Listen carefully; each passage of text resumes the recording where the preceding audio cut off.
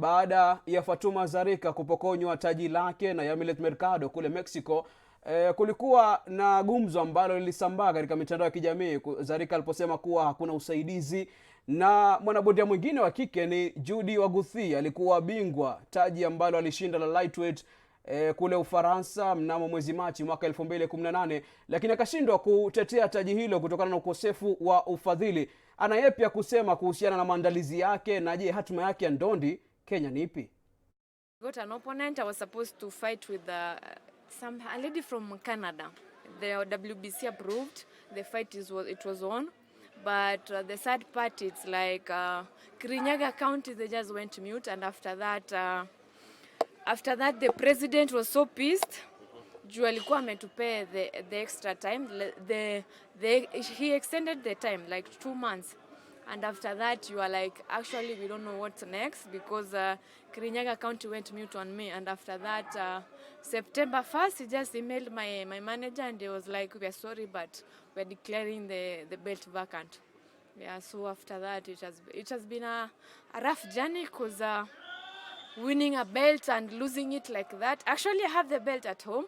It's still at home, but it's so painful when you see it and it has no value, because I'm no longer the WBC silver champion. I'm just a former WBC champion, and I still have the belt in the house. So it's a sad ending for me. Are you maybe contemplating retiring, a break, something? After that, I just went mute. No, actually, I've not been training. For the last 3 months, I've not been involved with boxing, not training boxing. I was just like, let me swallow it in and contemplate what next, because at the moment I'm more thinking of retirement. It has been a long break. I'm contemplating it, and I'm like, what next?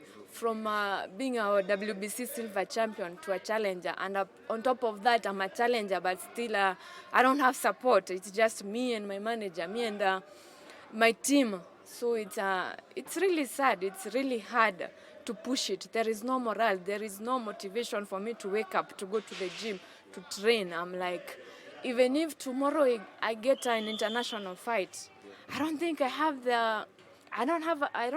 it in me, like, to train, to give it 100%. As female boxers, we had two belts in the world, me and Zarika, WBC. Actually, it's in the Africa.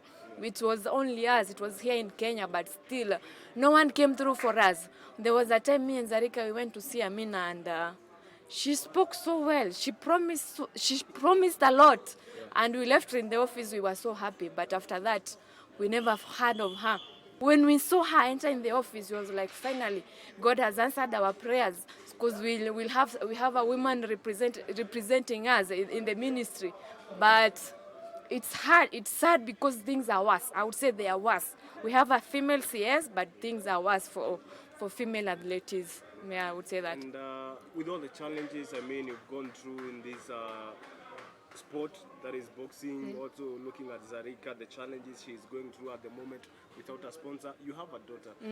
If your daughter ever developed interest to start boxing, would you really support her? Because at the end of the day, you see the challenges you've gone through as a professional boxer in Kenya.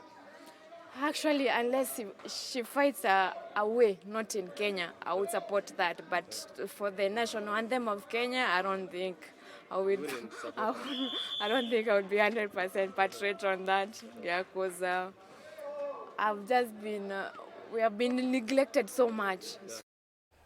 Naam, ni hali ya kusikitisha bila shaka. Natarajia kuwa itaboreshwa katika miaka inayokuja. Hali ya ndondi ya kina dada nchini Kenya ndio tunazungumzia. Umesikiza kauli ya Judy Waguthi ambaye alikuwa bingwa wa dunia miezi kadhaa iliyopita. Hivi sasa hakuachana nafasi ya kuweza kuhifadhi ama kutetea taji lake. Tumezungumzia kina Conjestina Achieng kwa miaka nenda miaka rudi. Fatuma Zarika hivi majuzi pia alizungumziwa kwa kina baada ya kupoteza taji lake. Na hivi sasa tumsikize Elizabeth Ndiego ambaye pia aliwakilisha Kenya katika mashindano ya Olimpiki mwaka 2012, mashindano ya Jumuiya ya Madola mwaka 2014. Amekuwa akipanda jukwaani kuipeperusha bendera ya Kenya, lakini kama anavyosema hali si hali kuhusiana na ndondi ya kina dada. Boxing has been down.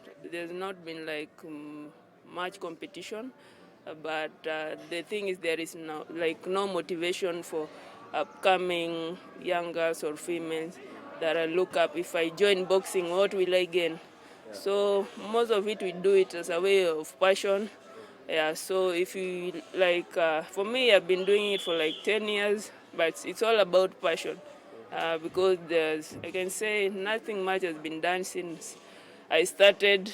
Like, if something was to be done, I think we could have like more women in the sports, and we could have like more competitive, prefer like in the league. Because if you go like in the league, you find sometimes you have like no opponent, and you have trained hard to go fight. You're there, and there's no opponent. It's kind of like discouraging, and it's also like when you go maybe outside the country, it gives you like a stiff competition because there's no much competition in the country. So when you go out there, the competition is stiff. People out there are like active, are going to like build up matches. Pro boxing is more of business, and so if you go for like try and look for sponsors, it's quite hard. And in part of the government, I think they are not like doing much, yeah, towards building up come pro boxing, come amateur boxing. So I think they should be there like maybe just a push to make their okay. We are growing, all of us, not the men only. The women are just there, yeah. Leo tunatilia pondo swala la ndondi nchini Kenya. Tulipata pia nafasi ya kuzungumza na aliyekuwa anawania kiti cha urais katika shirikisho la ndondi nchini Kenya, Kenneth Kentra Kotieno, azungumzia kuhusiana na swala la BBI. Watu wengi wamezungumzia, lakini BBI kweli inaangazia michezo. Sikiza kauli yake. BBI is according to me, BBI I think is a good thing, but no, BBI is not talking about sports. Yeah, there is nowhere an article is talking about sports, covering about sport. So I think because the president said that, we go read it. So we've read it, and it's not talking about sport. The other part is good, but if they can put the sport in there, at least they talk about the sport and how this thing can help people, the sportsmanship in Kenya, it will be better. Yeah. Let them add, because we were told to read it, and we've gone through it. So if they can do something in sports, we are good to go. And youth. Yeah. According to me, I think they made a mistake, because I don't know how betting came into Kenya, you know. I can't talk about that. But what I know is that they help a lot. Like you see, SportPesa was there for footballs. SportPesa was there for boxing. You saw the Zarika. Yeah, she was being guided by SportPesa, you see. Now SportPesa is not there. She doesn't know where to go to. She's just there, you see. Yeah. So I think if it is between the government to agree with the betting company, so that because that we need that sportsmanship in Kenya. We need that help from the government. Yeah, corruption is everywhere, you see, because the money is there. We have the fund every year. We have the budget every year. Being read, yeah. We have the sport fund every year. Where does it go? So it's just a matter of corruption. Yeah, if we can finish that, then the sport will be somewhere. Yeah, in Kenya, we have the best youths to do the sport. We have the best.